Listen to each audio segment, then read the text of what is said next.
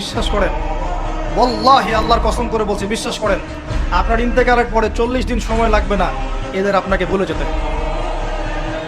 ওয়াল্লাহি আল্লাহর কসম করে বলছি, এই মানুষগুলোর কেউই আপনার প্রকৃত অর্থে আপন নন।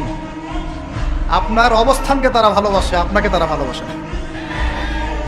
আপনাকে শুধু আপনার রব আল্লাহ ভালোবাসেন, আপনি তার উপর তাওয়াক্কুল করে হারাম ছেড়ে দেন, আপনাকে আল্লাহ বেহিসাব রিজিক দেবে ইনশাআল্লাহ তাআলা।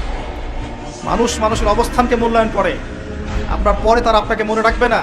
আপনি আমি যদি আজকে পৃথিবীতে নাও থাকতাম, আজকে যদি আমরা পৃথিবীতে নাও থাকতাম, পৃথিবীর ঘূর্ণন কমে যেত না, পৃথিবী ঘুরতই, রাত হতো, দিন আসতোই, আমাদের স্ত্রী সন্তানরা বেঁচে থাকতো, মা বোনরা বেঁচে থাকতো, সবাই যার যার জায়গায় ঠিকই থাকতো, আমরাই থাকতাম।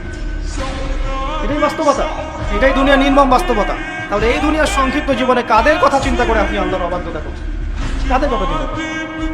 স্ত্রী সন্তান পরিবার পরিজন ছেড়ে দেন, আল্লাহর ওয়াস্তে হারাম ছেড়ে দেন, হালালে চলে আসে। আমরা ইসলাম নিয়ে অনেক বড় বড় কথা বলি, কিন্তু সবচেয়ে বড় কথাটা হচ্ছে এই আয়াতটা যেটা আমি তেলাওয়াত করতে যাচ্ছি। ইয়া আইয়ুহাল্লাযীনা আমানু, হে মুমিনগণ, আলাইকুম আনফুসাকুম, তোমরা নিজেরা আগে নিজেদের নফসটাকে ঠিক করো, নিজেরা ভালো হও, পরের দিকে আঙ্গুল পরে উঠাও, নিজেরা ঠিক হও।